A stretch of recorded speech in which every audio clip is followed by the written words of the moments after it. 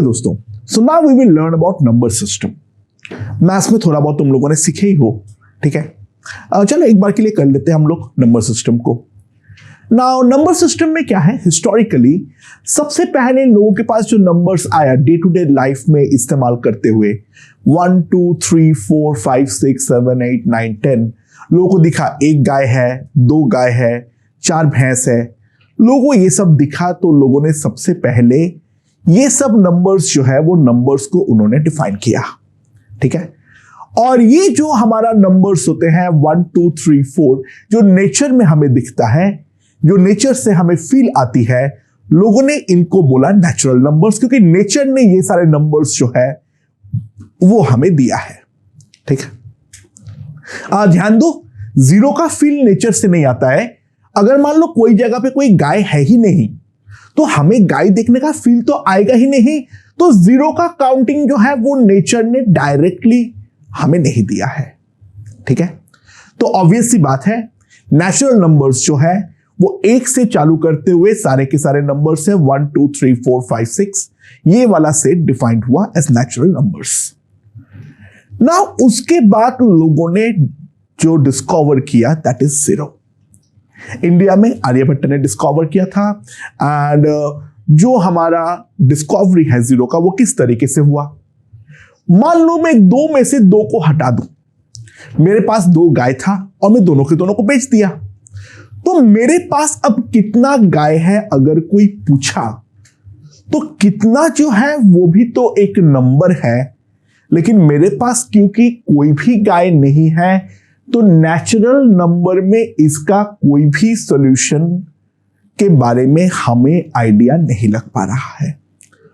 तब लोगों ने जो है वो जीरो को इंक्लूड किया उनके नंबर सिस्टम पे, और नेचुरल नंबर के साथ जीरो को इंक्लूड करते हुए जो नया नंबर्स का सेट बना, लोगों ने उसको बोला होल नंबर्स, ठीक है।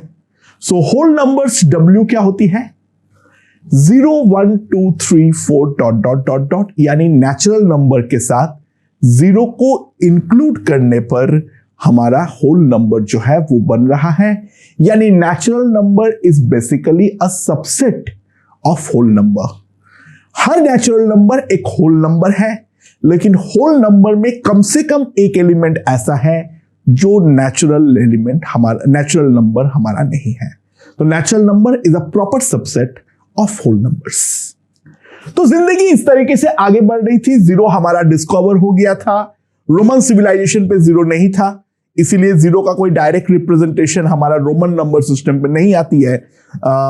They start from basically 1, zero was added later on, उससे कोई डायरेक्ट रोमन हमारा सिंबल जो है वो हमारे पास नहीं है, ठीक है। चल रहा था, बढ़िया चल रहा था, कोई दिक्कत नहीं है। अब लोग एक नया प्रॉब्लम एनकाउंटर किया, क्या है वो, कंसीडर द इक्वेशन, क्या, x + 3 = 2, ठीक है। सो x + 3 अगर 2 है तो x जो है वो है हमारा -1, बट -1 जो है वो हमारा होल नंबर में एग्जिस्ट नहीं करता है। तो बेसिकली हम ये बोल सकते हैं जो solution of this equation does not belong to whole numbers, right. ये वाला सॉल्यूशन का जो, ये वाला इक्वेशन का जो सॉल्यूशन है वो हमारा होल नंबर पे एग्जिस्ट नहीं करता है। तो लोग अब होल नंबर का और एक सुपर सेट बनाया, यानी जो होल नंबर्स को इंक्लूड करे बट उसके अंदर कुछ एडिशनल एलिमेंट्स हो। So we define a new set called integers. We define a new set called integers and integers is represented as set. ठीक है। अच्छा, इंटीजर्स का जो सेट हमारा कंस्ट्रक्ट हुआ वो हमारा क्या हुआ, इसके मतलब चालू हुआ माइनस इंफिनिटी से होता है, डॉट डॉट डॉट डॉट करके मैं दिखा रहा हूं, -3 -2 -1 0 1 2 dot dot dot dot dot dot इस तरीके से चलता रहेगा। तो जो हमारा होल नंबर है मैं बोल सकता हूं, तो whole number is a subset of set. Whole numbers जो है वो हमारा इंटीजर का एक सबसेट है। ठीक है, होल नंबर्स जो है वो हमारा इंटीजर्स का एक सबसेट है। Right, so far so good.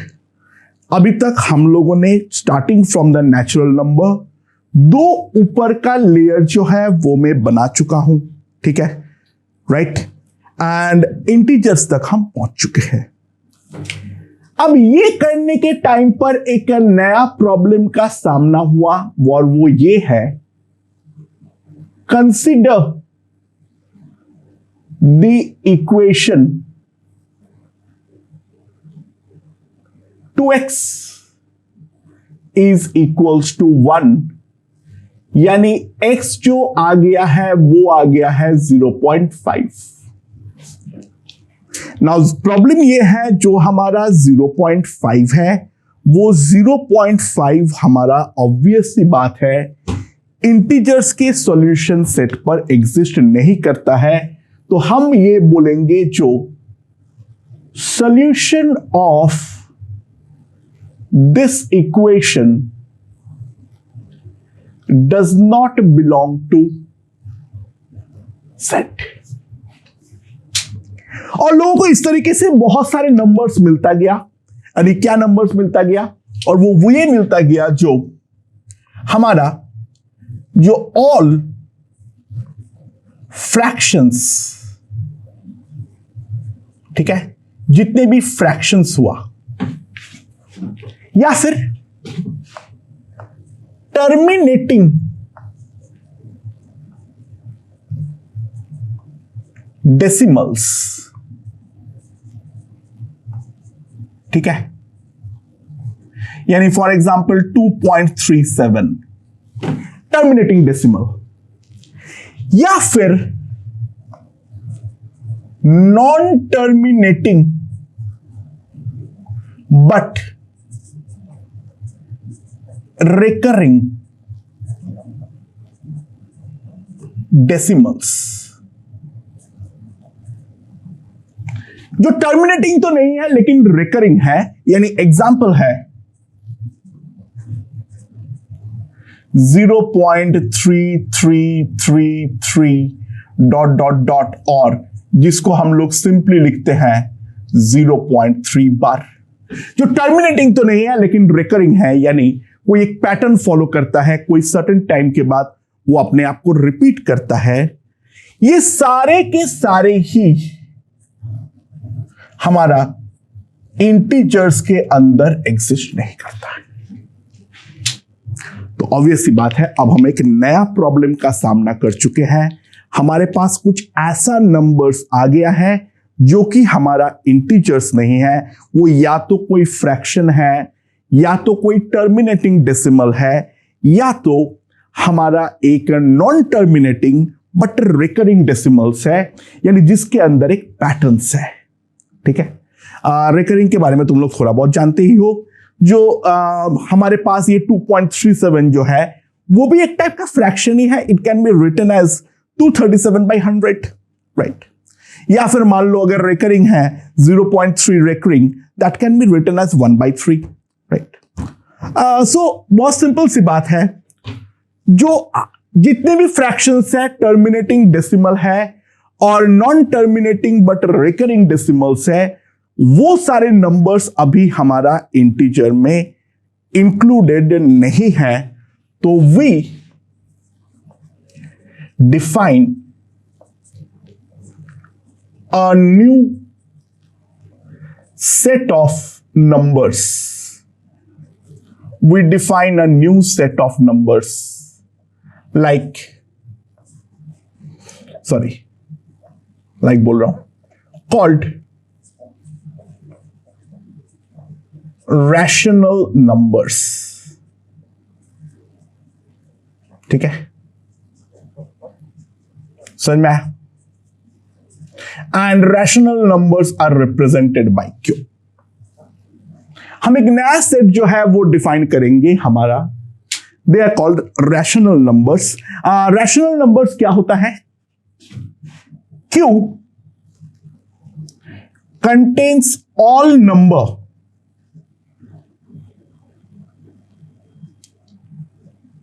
that can be represented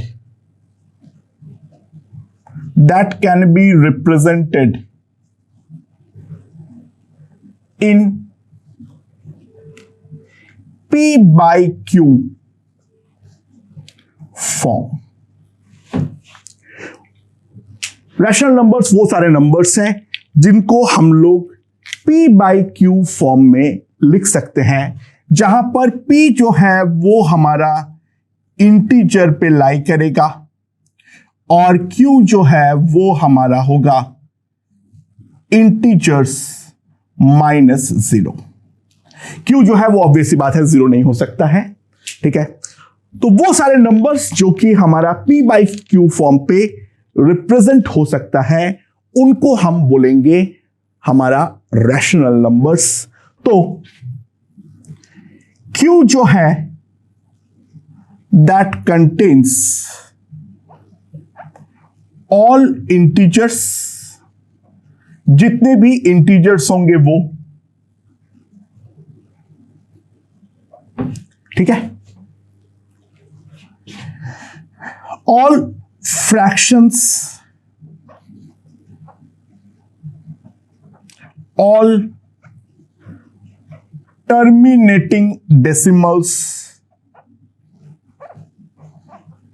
all recurring decimals. ठीक है, तो इन सब नंबर्स को हम बोलेंगे rational numbers. So try to understand. यहां पर हम सिंपली बोल सकते हैं जो मेरा इंटीजर्स है, it is a subset of rational numbers. ठीक है, समझ में आया? अब so far so good. ऐसे जिंदगी आगे बढ़ रहे थे, लेकिन अचानक से फिर गेम में आया consider equation x square equals to 2. x square जो है वो हमारा 2 है, तो x जो आ गया है वो आ गया है ±√2. ठीक है, एक तो ये समस्या हुए, और दूसरे न्यू नंबर्स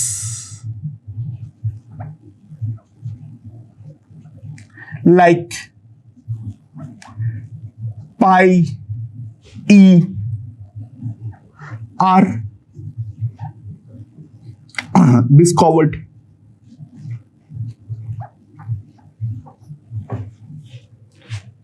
पाई ई √2, इन सब में कॉमन बात क्या आया? जो they have non terminating non recurring decimals. यानी बहुत सिंपल सी बात है, ना वो कभी टर्मिनेट होगा और ना कभी वो अपना पैटर्न को रिपीट करेगा. यानी we are going to have some numbers, we have some numbers that have non-terminating and non-recurring decimals. we have some numbers which have a non-terminating and non-recurring decimals. और ऐसा नंबर्स हमारा rational number पे included नहीं है, तो these numbers, इनका speciality can not be written in P by Q form. ये सारे नंबर्स को मैं P by Q फॉर्म पर लिख नहीं सकता हूं। Such numbers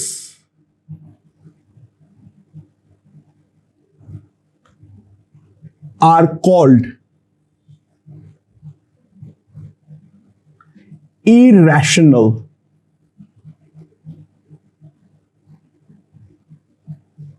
numbers. ऐसे नंबर्स को हम बोलते हैं irrational numbers, generally represented as I. Irrational का कोई डायरेक्ट ऐसे रिप्रेजेंटेशन नहीं है, कुछ जगहों पे देखे गए हैं तो ये आई के फॉर्म में इस तरीके से लिखते हैं। ध्यान देना, जो नंबर सिस्टम होता है उसमें ना ये डबल हम उसको करते हैं, जो कि कंफ्यूजन दूर हो जाए। नॉर्मली जेड जो है वो हम वेरिएबल्स के लिए यूज करते हैं, तो वेरिएबल्स है या कोई सेट को रिप्रेजेंट कर रहे हैं, इसलिए उसको डबल डंडे खींचते हैं। सो अभी तक हम लोगों ने हमेशा एक एक सुपर सेट बनाते हुए आगे बढ़े हैं। तो जब लोगों के पास इरेशनल नंबर्स आया तो लोगों ने रैशनल और इरेशनल दोनों को इंक्लूड करता हुआ एक नया सेट बनाया। तो अ new set is a derived, ठीक है, called real numbers. And real numbers को लोगों ने रिप्रेजेंट करता है आर से, ठीक है। So basically real number R हमारा है क्या? आर जो है वो बेसिकली है हमारा सारे रैशनल और सारे इरेशनल, ये दोनों सेट को जोड़ता हुआ हमारे पास एक नया सेट। तो रियल सेट नंबर्स जो है उसी को लेकर डीलिंग हमारा क्लास 10th पे समाप्त हो जाती है, ठीक है। यानी ऑब्वियस सी बात है, जो हमारा रैशनल नंबर Q है, it is a subset of real numbers. जिंदगी इस तरीके से काफी ज्यादा मस्त थी, ठीक है। एंड यही तक का डीलिंग हमारा क्लास 10th तक हमें प्रॉपर सिखाया गया है। क्लास 10 तक यहां के बारे में जितना भी अरिथमेटिक है उसको हमें कंप्लीट करके 11th पे भेजी जाती है। बट 11th पे तुम जैसे ही आओगे तुम एक नया प्रकार का इक्वेशन का सामना करोगे, एंड वो इक्वेशन ऐसा है, consider an equation x square equals to -1. Now 10th तक तो हमें यही पढ़ाया जाता है, जो कोई भी चीज का स्क्वायर जो है वो हमारा नेगेटिव जो है वो हो ही नहीं सकता है। It is always non negative. It can B 0, it can B positive, but it is always a non-negative number. But x square equals to -1 का कोई भी सॉल्यूशन जो है वो हमें आइडिया नहीं है, तो हम ऐसे लिखेंगे, जो x equals to plus minus root over -1। Now root over -1 जो है वो हमारा रियल नंबर के सिस्टम पर नहीं आता है, ठीक है। So solution of root over -1 is not a part of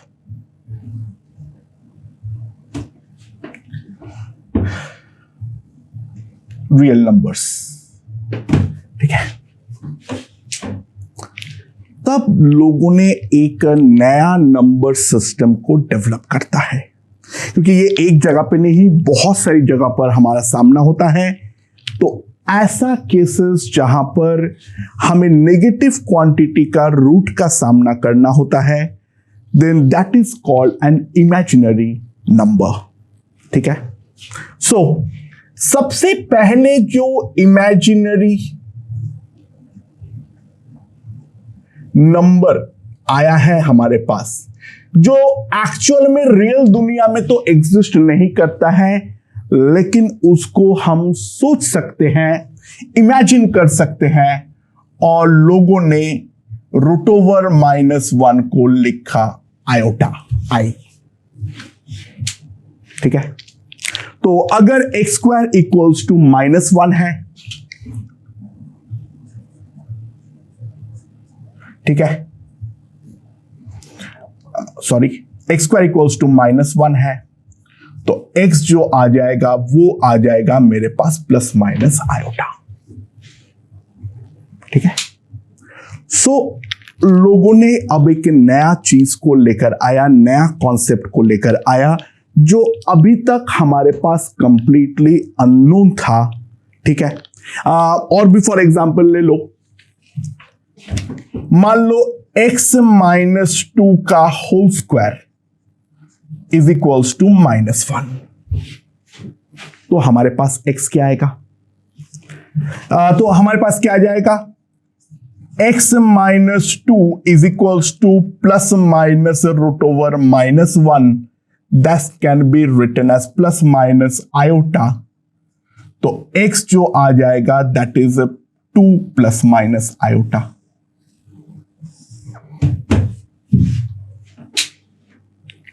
तो यहां पर जो x है इसका 2 पार्ट है, इसको जो मैं लिख रहा हूं, दिस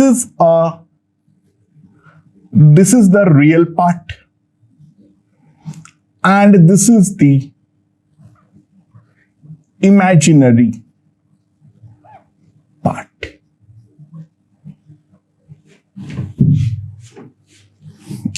टू जो है वो हमारा रियल पार्ट है और दूसरा जो है वो हमारा एक इमेजिनरी पार्ट है। ठीक है, सो ध्यान दो,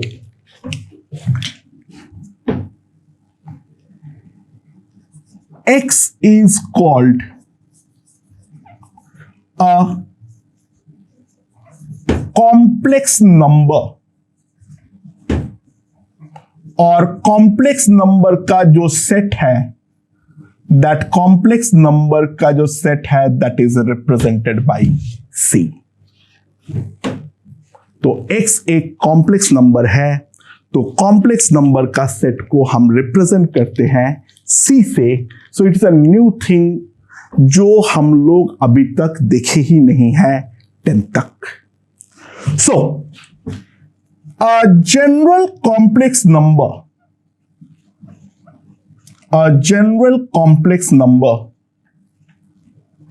is represented by Z, small z, and that is written as A plus iota into P।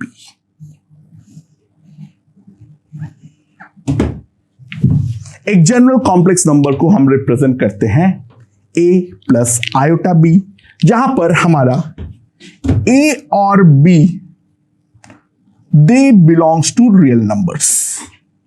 a और b ये दोनों हमारे रियल नंबर्स है। तो एक जनरल कॉम्प्लेक्स नंबर को हम लिखेंगे, उसका ये रियल वाला पार्ट और दूसरा जो है वो है हमारा इमेजिनरी पार्ट।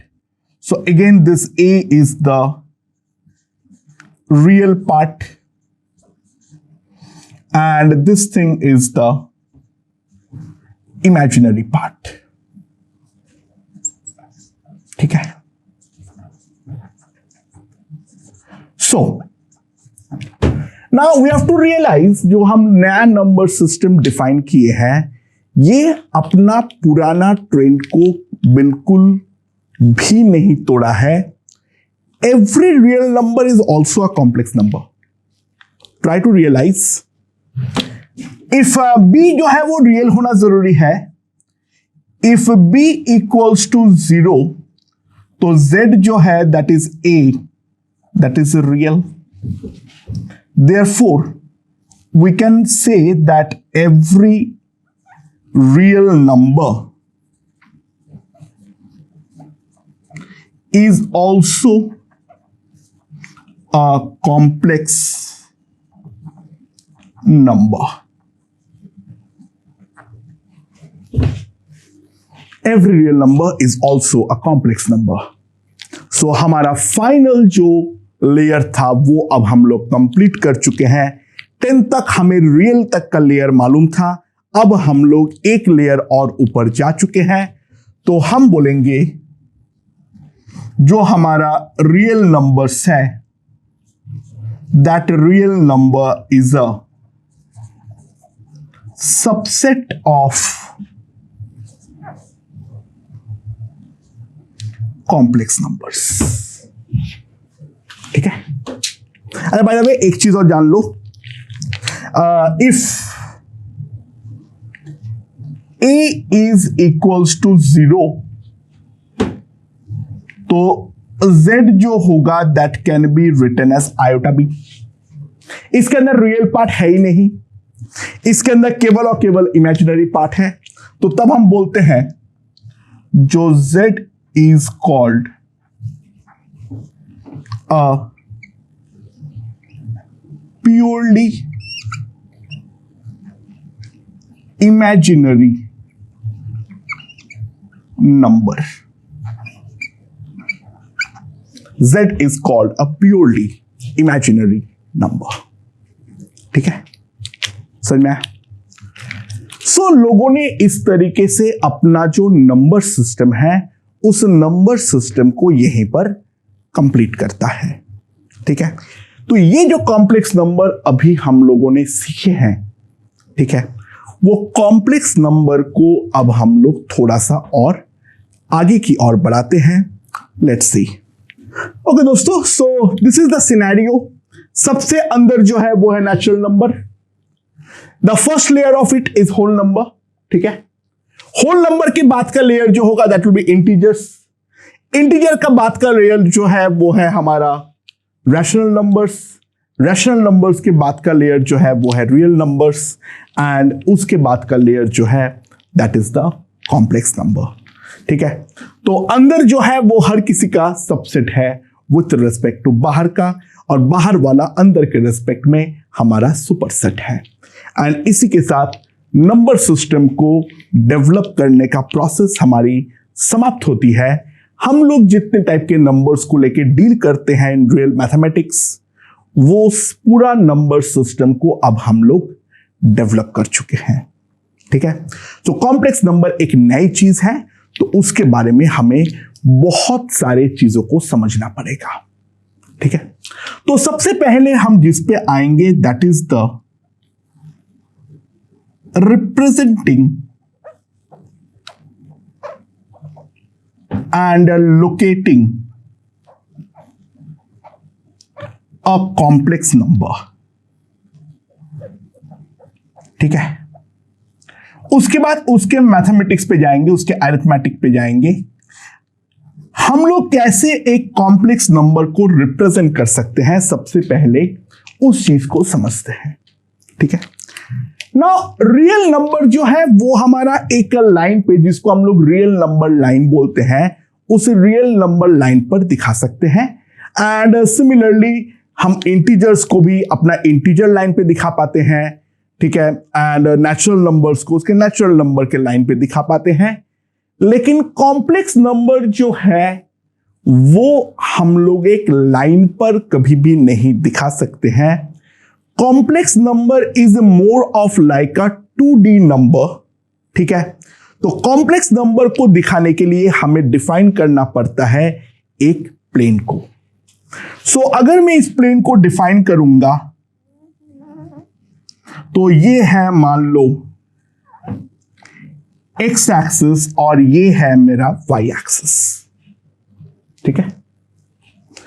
नाउ ये वाला एक्स एक्सिस जो है that is called the real axis, और ये जो है this is the imaginary axis,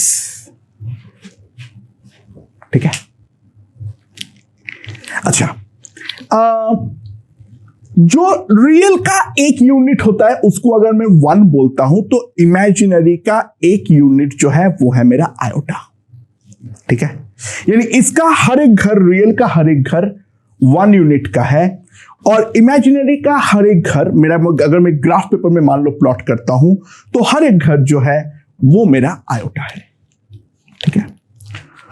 तो सपोज करो मैं रियल एक्सिस के अलोंग 2 घर चलता हूं, अलोंग दिस,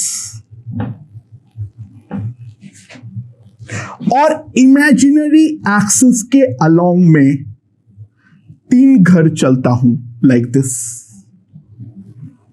तो यहां पर जो मेरे पास पॉइंट आएगा that a general point can be represented as 2,3, and ये जो हमारा जनरल पॉइंट है, this point is called the complex number set. So Z is basically a point on the plane. Z is basically a point in the plane. देखो बाकी number से इसको feel क्यों नहीं कर पा रहे हो, क्योंकि बाकी नंबर्स भी पॉइंट ही तो होता है जो एक लाइन पर लोकेटेड होता है। कॉम्प्लेक्स नंबर पे थोड़ी सी मामला डिफरेंट होती है, और ये हमारा लाइन के बदले एक प्लेन पर लोकेटेड रहता है। तो ट्राई टू रियलाइज, ये वाले प्लेन पे मैंने एक पॉइंट को लोकेट किया, और वो पॉइंट को हम जो बोलेंगे that is the complex number. तो Z is basically a point in the plane, ठीक है। एंड इसको बेटर रिप्रेजेंट करने के लिए मैंने ओरिजिन के साथ इसको अगर मैं जोड़ दूंगा तो हम बोलेंगे जो ऐसा लाइन पर ये पॉइंट जो है वो हमारा लोकेटेड है, ऐसा पॉइंट पर जो हमारा पॉइंट है वो पॉइंट हमारा लोकेटेड है, ठीक है। तो हम ये बोलेंगे जो Z है that Z will be written as 2 plus iota into 3, या फिर इसको ऐसे भी लिखते हैं थोड़ा अच्छे से लिखने के लिए 2 plus 3 iota,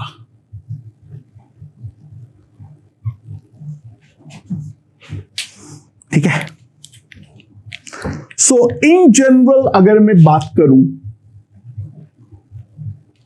if Z is equals to A plus iota B, ठीक है,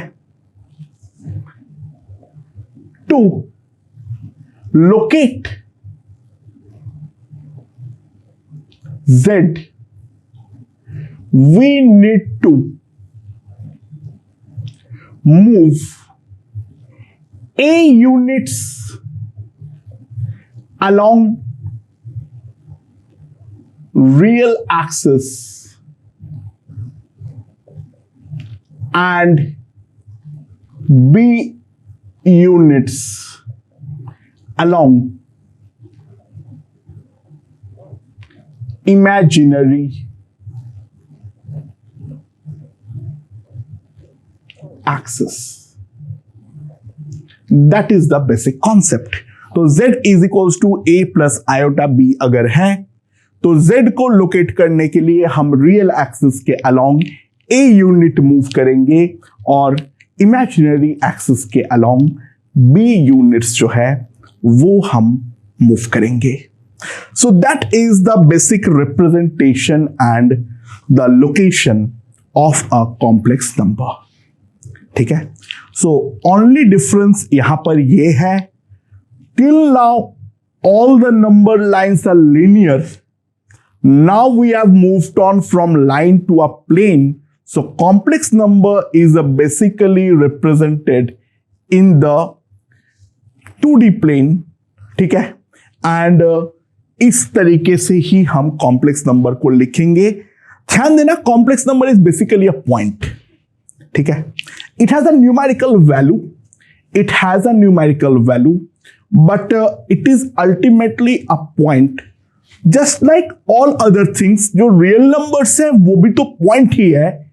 हम उस point को डिस्कस नहीं करके हम बेसिकली क्या करते हैं, उसका न्यूमेरिकल वैल्यू को लिख देते हैं, राइट? यहां पर हम डायरेक्टली वो बोल नहीं सकता, क्योंकि डायरेक्शन जो है वो दोनों तरफ है, x के अलोंग और y के अलोंग.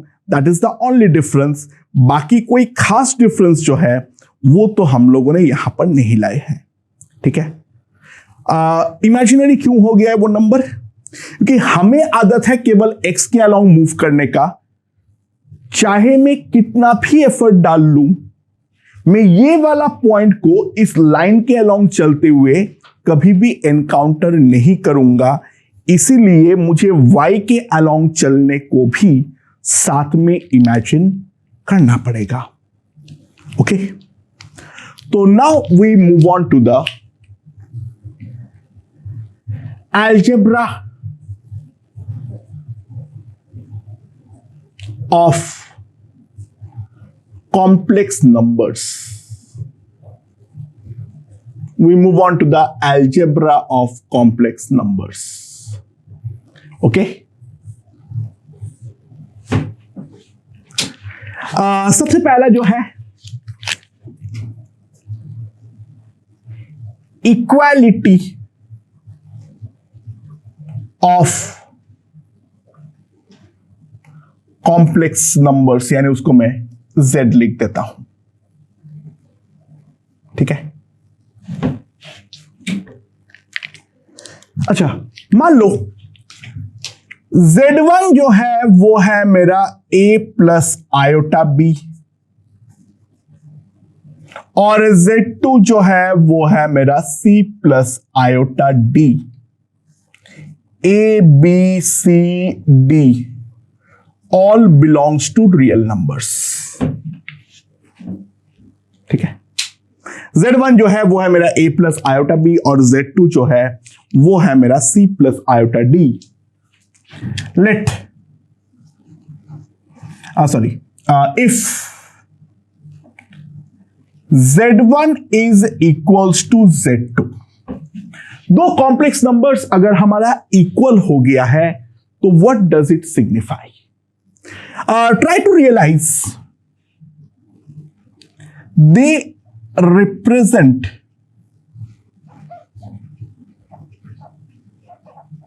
Same point. दो कॉम्प्लेक्स नंबर्स अगर इक्वल है तो ऑब्वियस सी बात है दोनों कॉम्प्लेक्स नंबर हमारा सेम पॉइंट को ही रिप्रेजेंट करेगा. तो अगर दो पॉइंट सेम है तो दोनों का x कोऑर्डिनेट भी सेम होगा और दोनों का y कोऑर्डिनेट भी सेम होगा. तो सिंपल सी बात है, हम लिख सकते हैं they must have same real and imaginary part.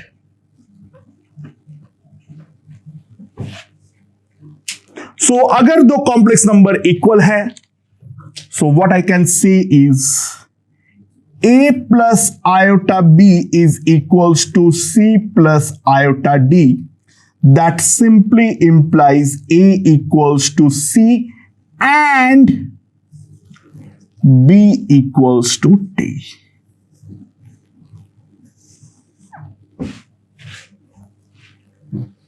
अगर दो कॉम्प्लेक्स नंबर इक्वल होंगे, सो इन दैट केस हम सिंपली लिख सकते हैं a equals to c and p equals to d.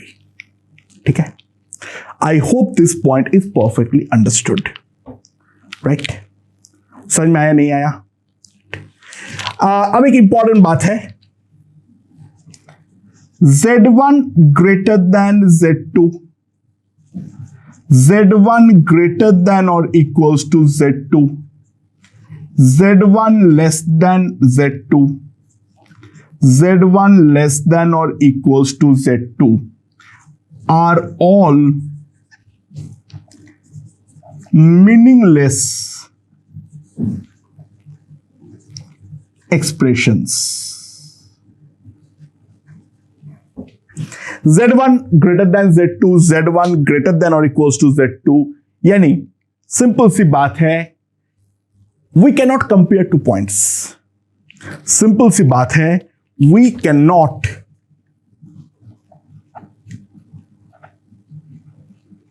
compare two points. देखो, रियल नंबर में हम बेसिकली दो रियल नंबर को कंपेयर नहीं करते हैं, हम उनके न्यूमेरिकल वैल्यूज को कंपेयर करते हैं, बट पॉइंट्स को कंपेयर करना पॉसिबल नहीं है। एक पॉइंट दूसरे पॉइंट से बड़ा है, क्या बकवास बात है? दो पॉइंट को तुम आपस में कभी भी कंपेयर नहीं कर सकते हो। इस प्रकार के जितने भी एक्सप्रेशंस होते हैं, वो सारे एक्सप्रेशंस जो है दे आर कंप्लीटली मीनिंगलेस। केवल और केवल जो है वो इक्वालिटी वैलिड है। हाँ, ऑब्वियसली अगर ये नहीं होगा तो वो अनइक्वल है, इनइक्वालिटी वैलिड है, लेकिन तुम कंपेरेटिव जो है कोई भी ऑपरेटर का इस्तेमाल नहीं कर सकते हो। Greater than, less than, greater than equals to, less than और इक्वल्स टू, ऐसा कोई भी बकवास बात जो है वो हम नहीं कर सकते हैं। ठीक है, अच्छा, दूसरा जो है दैट इज द मॉड्यूलस और मैग्नीट्यूड ऑफ Z। कोई एक कॉम्प्लेक्स नंबर का मॉड्यूलस या मैग्नीट्यूड जो है वो हमारी क्या होती है? Z जो है वो बेसिकली एक पॉइंट है। सो मॉड्यूलस और magnitude that is represented as a mod Z is basically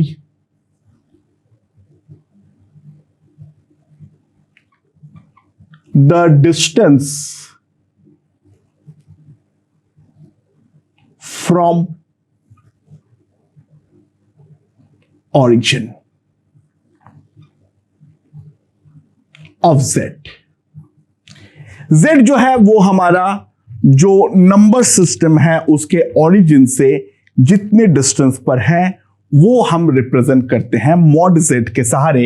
यानी ट्राई टू रियलाइज, ये है मान लो हमारा एक्स एक्सिस और ये जो है वो है मेरा Y axis, real and imaginary. So यहां पर मेरा कॉम्प्लेक्स नंबर है Z जो as a coordinate can be represented as A, B। तो ओरिजिन से ये जितने दूरी पर है, ओरिजिन से ये जितने दूरी पर है, ठीक है, ये डिस्टेंस को हम बोलेंगे मॉड Z।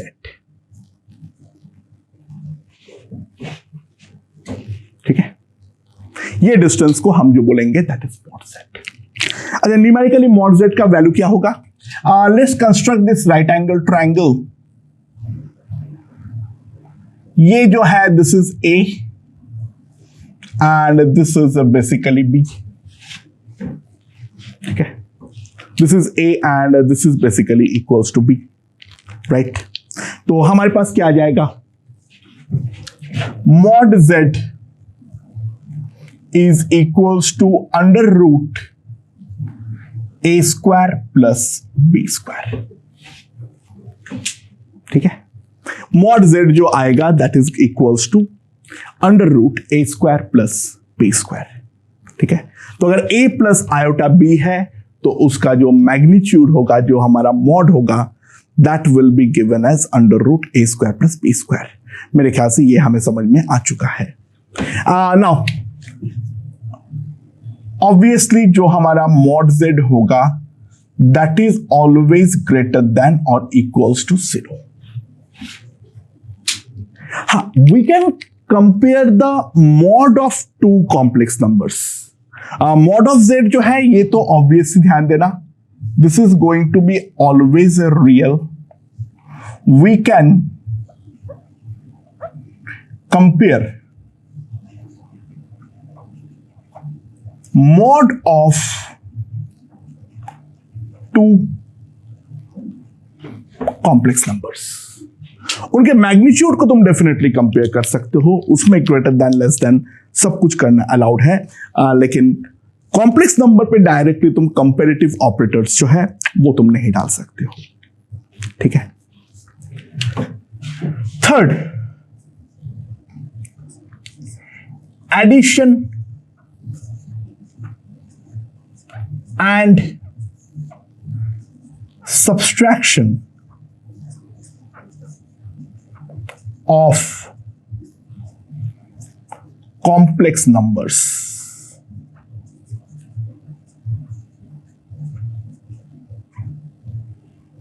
ठीक है, इट्स प्रीटी सिंपल। देखो, तुम्हारे पास 2 गाय और 4 भैंस है, दूसरे वाले के पास 3 गाय और 5 भैंस है, तो तुम दोनों के पास कुल मिला के क्या है?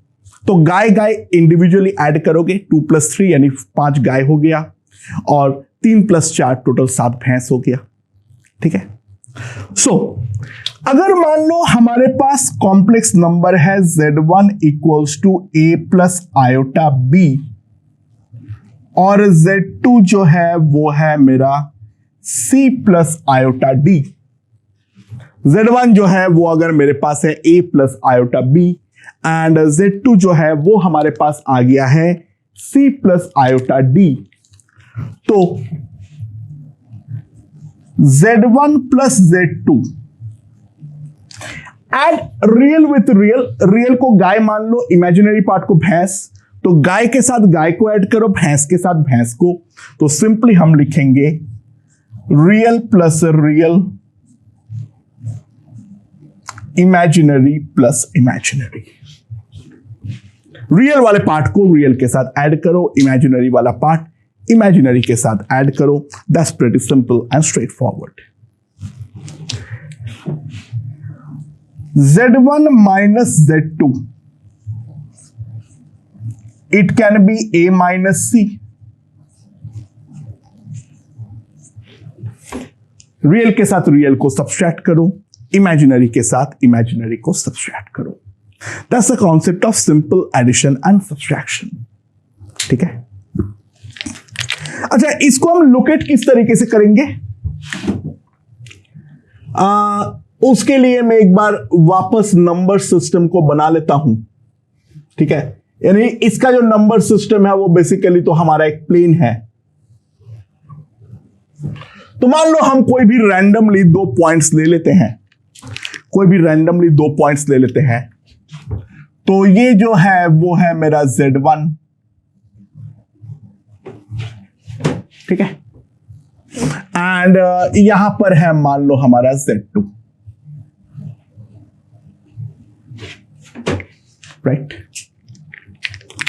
अच्छा, यहां पर जो हमारा z1 होगा वो है a, b, जो z2 है वो है मेरा c, d।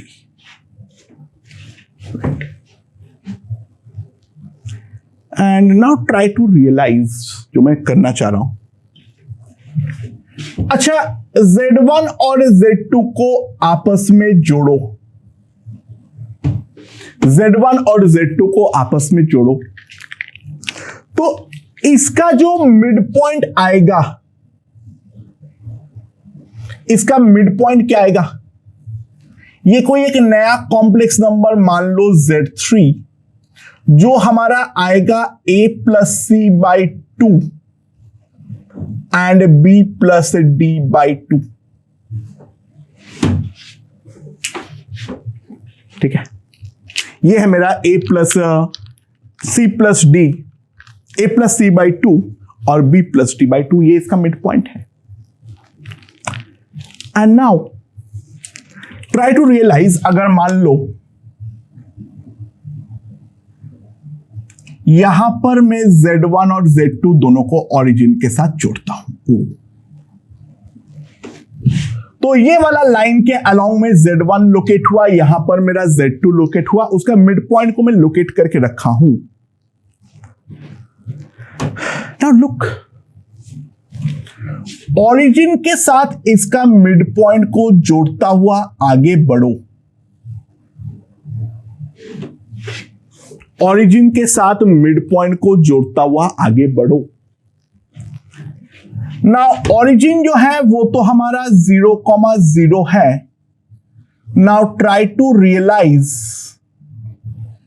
जो मेरा A,C और B,D होगा, ये Z3 पॉइंट, ये वाला पॉइंट और 0, इसका भी तो मिड पॉइंट है, हाँ कि ना? A+C, B+D और 0,0 यहां पर भी तो मिड पॉइंट है। तो दोस्तों ध्यान दो, अगर मैं ये वाला Z4 के साथ मैं Z1 और Z3 इसको जोड़ता हूं, तो ये जो मेरा पैरेललोग्राम बना है, सॉरी हमारे जो क्वाड्रिलैटरल बना है, उसका दोनों डायगोनल्स ये वाला पॉइंट P पर हमारा बाइसेक्ट होता है। ठीक है? So this quadrilateral is basically a parallelogram. So funda क्या है समझो, ओरिजिन के साथ Z1 और Z2 को जोड़ता हुआ पैरेललोग्राम जोड़ो और उसको आगे एक्सटेंड करते हुए पैरेललोग्राम बना लो। तो ओरिजिन के थ्रू पास करता हुआ जो डायगोनल होगा, this diagonal will give me Z1 plus Z2. We have to realize this. मेरे ख्याल से ये चीज हमें समझ में आ गया है। जो अगर मान लो दो कॉम्प्लेक्स नंबर है, ठीक है, देखो नॉर्मल एडिशन हम लोगों ने सीखे थे, ये एक स्पेशल टाइप का एडिशन है, इसको पैरेललोग्राम एडिशन बोलते हैं। ये आगे जब हम वेक्टर्स पढ़ेंगे इसके बारे में और विस्तार में चर्चा करेंगे। बट राइट नाउ एक बात समझो, मैंने तुम लोगों को पूरा समझाया हूं। जो ओरिजिन Z1 और Z2 को, ये 3 पॉइंट्स को लेते हुए एक का पैरेललोग्राम बना लो। ऑब्वियसली 2 लाइंस पैरेलल बनाना पड़ेगा। तो जो ये वाले अगर Z1 और Z2 को रिप्रेजेंट कर रहा है, तो ओरिजिन के थ्रू पास करता हुआ जो डायगोनल होगा, वो डायगोनल का एंड पॉइंट जो है वो हमारा Z1 प्लस Z2 को रिप्रेजेंट करने वाला है। ठीक है, उम्मीद है ये चीज हमें यहां पर समझ में आ गया है। And that leads us to a very interesting thing. थोड़ा ध्यान देना, ठीक है। ये जो मेरा, चलो मैं वापस ड्रॉ कर लेता हूं, ठीक है ना, मैं वापस एक बार ड्रॉ कर लेता हूं थोड़ा अच्छे से। तो मेरा जो पैरेललोग्राम बना है वो पैरेललोग्राम कुछ इस प्रकार से है।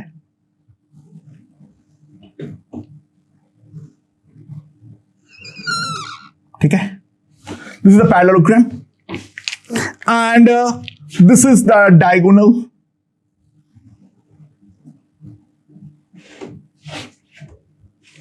ये O है, ये मान लो A है, ये मान लो B है, ये मान लो हमारा पॉइंट C है।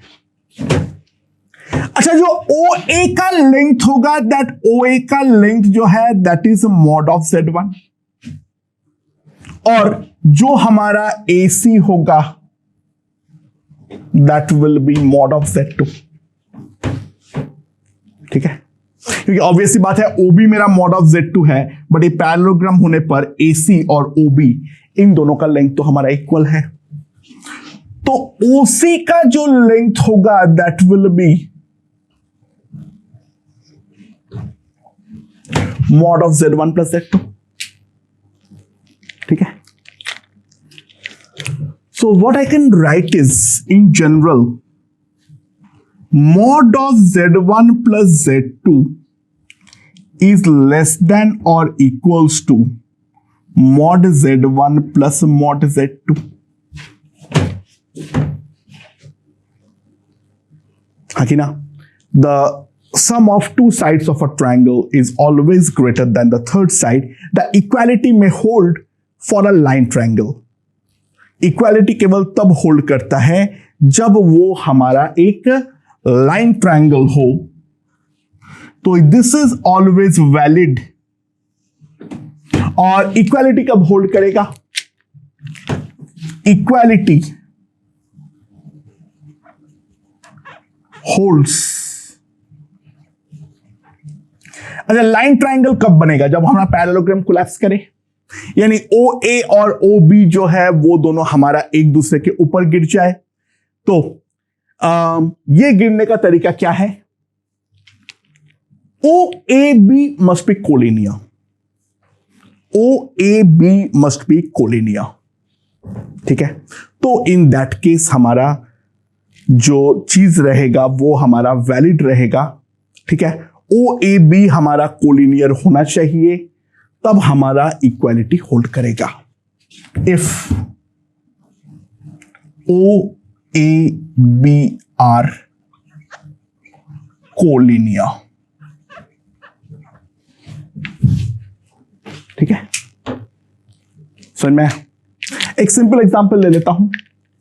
ठीक है, इस चीज को आगे बढ़ाता हूं। मेरे बोर्ड में जगह खत्म हो गया, मैं थोड़ा आगे बढ़ा रहा हूं। ओके दोस्तों, so now let's consider the collinearity.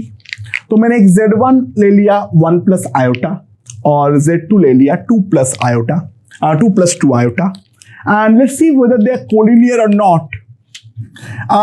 Again number lines जो हमारा नंबर सिस्टम है उसको बना लेते हैं। ठीक है,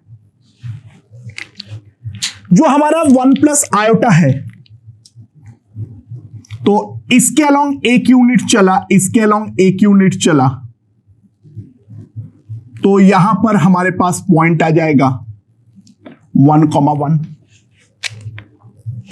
तो अगर मैं ओरिजिन के साथ कंस्ट्रक्ट करता हूं तो ये एक यूनिट, ये एक यूनिट, तो ये 45 डिग्री एंगल बनाएगा ये लाइन एक्स एक्सिस के साथ। एंड सिमिलरली यहां पर एक्स एक्सिस के अलोंग 2 यूनिट चला और y एक्सिस के अलोंग 2 यूनिट चला, ये 2, ये एंगल भी 45।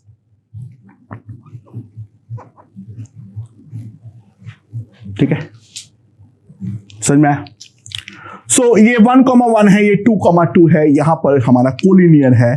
ठीक है, OAB, this is the O, this is my A and this is my B। तो ये तीनों पॉइंट्स जो है ये हमारा कोलिनियर है। सो मॉड ऑफ Z1 कितना आ जाएगा मेरे पास? 1 स्क्वायर। B मेरा यहां पर 1 है तो 1 स्क्वायर, तो मॉड ऑफ Z1 आ जाएगा √2 और मॉड ऑफ Z2 जो आ जाएगा that will be 2 square plus 2 square 4, 8, that is equals to 2√2।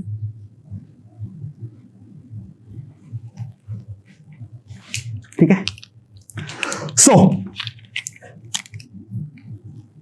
Mod Z1 plus mod Z2, इसको अगर मैं ऐड करूंगा तो सिंपली मेरे पास आ जाएगा 3√2। अच्छा, Z1 ये है, Z2 ये है, तो ऑब्वियस सी बात है Z1 प्लस Z2 मेरे पास क्या आ जाएगा? रियल के साथ रियल ऐड करो, इमेजिनरी के साथ इमेजिनरी, तो 3 plus 3 iota. So mod of Z1 plus Z2, ठीक है, मेरे पास क्या आ जाएगा? √ओवर of 3 square plus 3 square √18, so that is equals to 3√2। सो सिंपली हम देख सकते हैं जो mod of Z1 plus mod of Z2 यहां पर आ गया है मेरे पास। ठीक है, so what I can say, in general,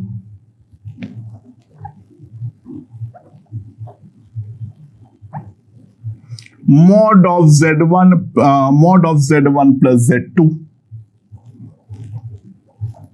is less than or equals to mod Z1 plus mod Z2. ये हम लोग डेफिनेटली लिख सकते हैं. सो this is the first important inequality regarding the mod, जो चीज को हमें ध्यान रखनी है. अच्छा, इस पे अगर हम लोग और थोड़ा सा बढ़ते हैं आगे, तो लेट्स सी जो हम लोगों ने वहां पहले किए थे. यहां पर था मेरा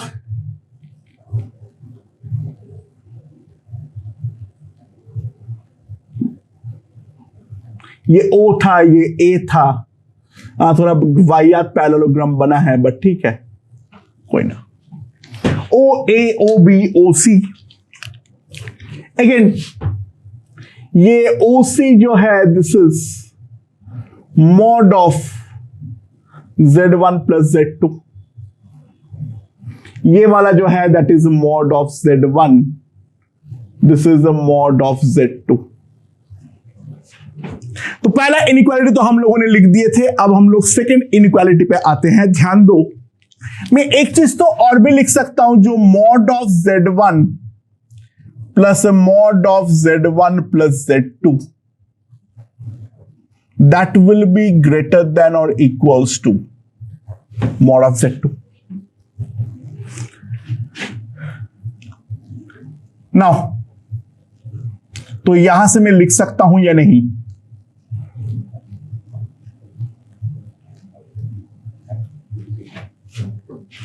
ठीक है, समझ में आया? सो mod of Z1 plus Z2 greater than or equals to mod Z2 minus mod Z1. Similarly यहां पर यही क्यों लिखा मैंने, ये भी तो लिख सकता था, जो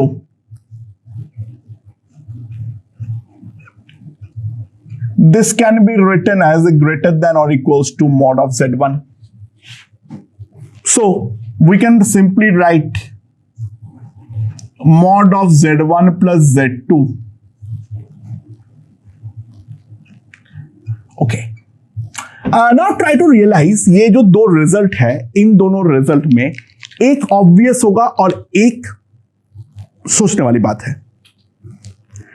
देखो, mod Z2 और mod Z1 में जो बड़ा है, ठीक है, मान लो mod Z2 बड़ा है. So this is the obvious condition, क्योंकि दिस साइड इज नेगेटिव. दोनों इक्वल हो गया, फिर तो ठीक है ना, फिर तो ये 0 से बड़ा है, ये 0 से बड़ा है, वो तो बैकस कंडीशन है. लेकिन मान लो अगर mod Z2 बड़ा है mod Z1 से, without any loss of generality, कुछ तो मानूंगा ही. So this inequality is obvious, क्योंकि mod of any complex number is definitely going to be greater than a negative quantity. ये जो इक्वेशन है वो हमारा काम का है. सिमिलरली अगर mod Z1 बड़ा हुआ तो ये वाला क्वांटिटी, ये वाला एक्सप्रेशन ऑब्वियस है, ये हमारा काम का है. तो इन दोनों इक्वेशन को कंबाइन करते हुए मैं लिख सकता हूं, जो mod of Z1 plus Z2 is a greater than or equals to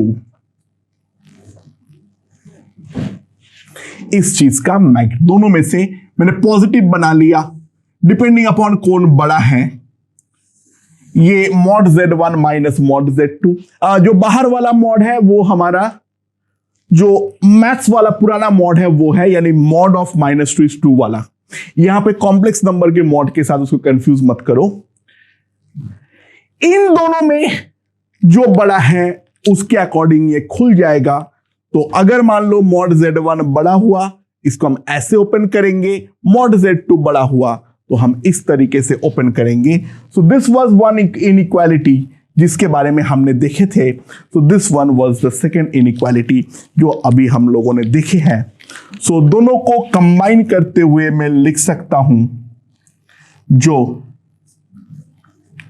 mod Z1 minus mod Z2 less than or equals to mod of, and this is less than or equals to mod Z1 plus mod Z2.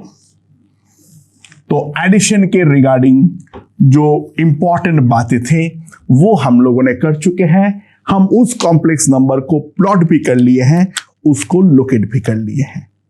ठीक है, before we proceed any further we will do locating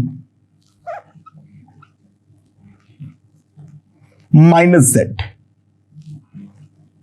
ठीक है,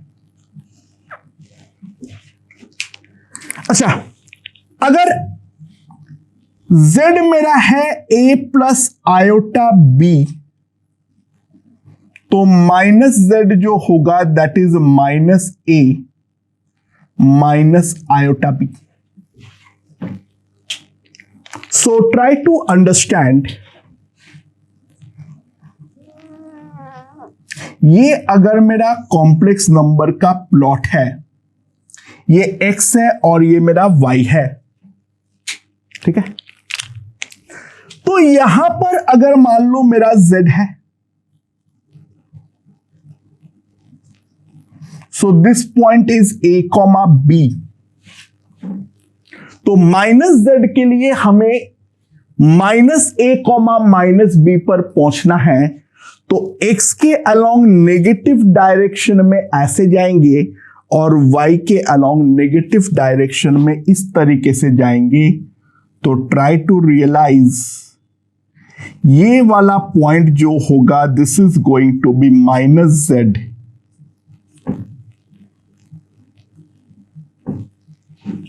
ठीक है, सो हम क्या लिख सकते हैं, minus z is a reflection of z about origin. Minus z is the reflection of z about the origin. ठीक है, सो एक चीज और इंपॉर्टेंट ध्यान देना, जो मॉड ऑफ z है that will be equals to mod of minus z। दोनों का जो मैग्नीट्यूड होगा वो तो ऑब्वियसली हमारा इक्वल होगा, क्योंकि ये वाला लेंथ और ये वाला लेंथ जो है वो तो हमारा डेफिनेटली इक्वल ही होने वाला है।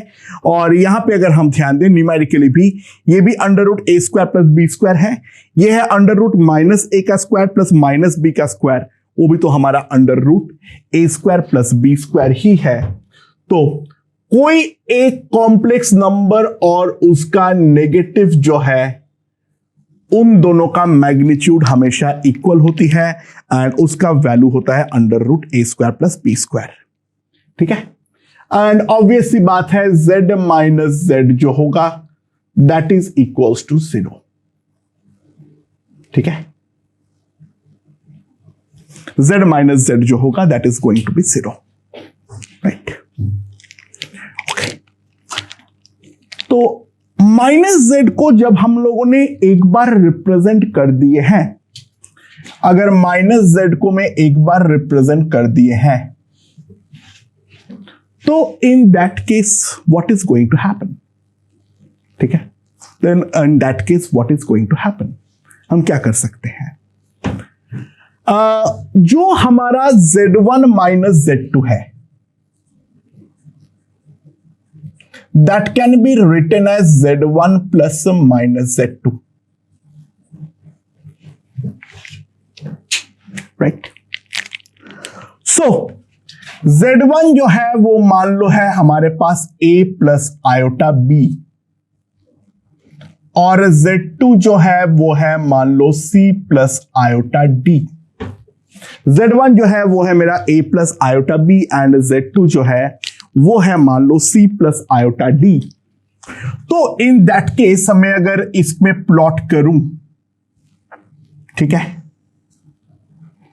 तो ये है मान लो मेरा z1,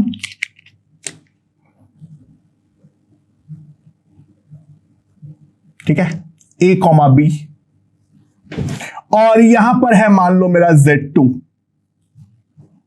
c कॉमा d। सो z2 अगर मुझे पता है तो सबसे पहले मुझे Z2 से रिप्रेजेंट जो करना पड़ेगा वो उतने ही नीचे आ जाते हुए मैं रिप्रेजेंट करूंगा सबसे पहले -Z2 को, that is -C, D।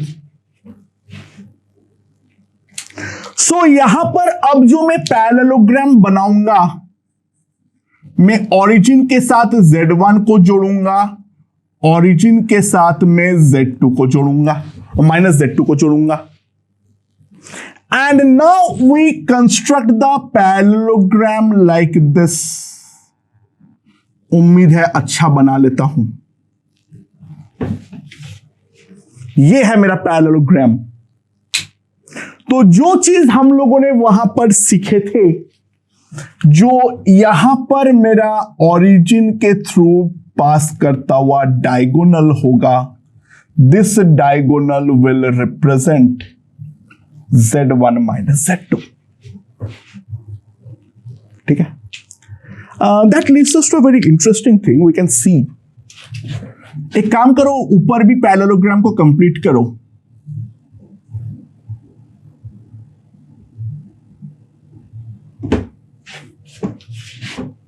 Now try to realize ये दोनों parallelogram are congruent. So these two diagonals will be also congruent. ठीक है, यानी कोई एक पैरेललोग्राम अगर मैं बनाता हूं ओरिजिन Z1 और Z2 के सहारे, एक डायगोनल का लेंथ होता है mod of Z1 plus Z2 और दूसरा जो हमारा डायगोनल का लेंथ होगा that will be mod of Z1 minus Z2। हाँ, ऑब्वियसली बात है, यहां पे कॉम्प्लेक्स नंबर लोकेट नहीं हमारा होंगे, लेकिन इन दोनों का मैग्नीट्यूड जो होगा वो मैग्नीट्यूड तो हमारा इक्वली होगा। तो ओरिजिन Z1 और Z2 को बनाते हुए जो हमारा पैरेललोग्राम होता है उसका साइड्स अगर mod Z1 और mod Z2 हुआ तो दो डायगोनल्स का जो लेंथ होगा, एक होगा mod Z1 प्लस Z2 और दूसरा डायगोनल का लेंथ होगा mod Z1 माइनस Z2। अच्छा, तो यहां पे हम लोगों ने लोकेट तो कर चुके हैं सब्सट्रैक्शन को। ये वाला पॉइंट जो होगा वो हमारा सिंपली आएगा A minus C, B minus D, A minus C, P minus D। That is the concept of the subtraction of two complex numbers. तो -Z को हमने लोकेट कर लिए थे वहां पर with the policy of addition. ठीक है, जो पैरेललोग्राम का एडिशन सिखाया हूं मैं तुम लोगों को, यहां पर हम लोगों ने सब्सट्रैक्शन को अप्लाई कर दिया हूं और Z1 माइनस Z2 को लोकेट कर दिया हूं। ठीक है, सो फार सो गुड। अगेन अब मैं अगर इसको कंसिडर करूं तो इसका तो मैग्नीट्यूड mod Z2 ही होगा और ये वाला लाइन और ये वाला लाइन इक्वल है, तो इसका मैग्नीट्यूड है mod of Z1 और इसका जो मैग्नीट्यूड होगा that will B mod of Z1 minus Z2। सो यहां पर भी मैं एक चीज लिख सकता हूं, जो mod of Z1 minus Z2, mod of Z1 minus Z2, that is equals to less than or equals to mod Z1 plus mod Z2। ये हम लोग लिख सकते हैं इसके दो साइड्स के लेंथ से। ठीक है, and similarly what second can we write is, जो हमारा यहां पर mod Z2 plus mod of Z1 minus Z2 is less than or equals to Z1, तो mod of Z1 greater than or equals to Z1 greater than or equals to mod Z1 minus mod Z2। And दूसरा जो है mod Z1 minus Z2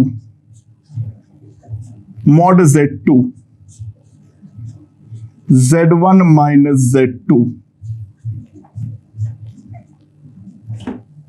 यहां पर भी हम जानते हैं जो दोनों में से एक कंडीशन जो है वो हमारा वैकस कंडीशन है, सो इन दोनों को कंबाइन करते हुए मैं लिख सकता हूं जो mod of Z1 minus Z2 है दैट इज ग्रेटर देन और equals to mod Z1 minus mod Z2 का mod. So this was one condition, this was another condition, और इन दोनों को कंबाइन करते हुए मैं लिख सकता हूं mod of mod Z1 minus mod Z2 less than और equals to mod of Z1 minus Z2 mod Z1 plus mod Z2, right? So this is the two important inequalities that we have to remember regarding mod. Okay?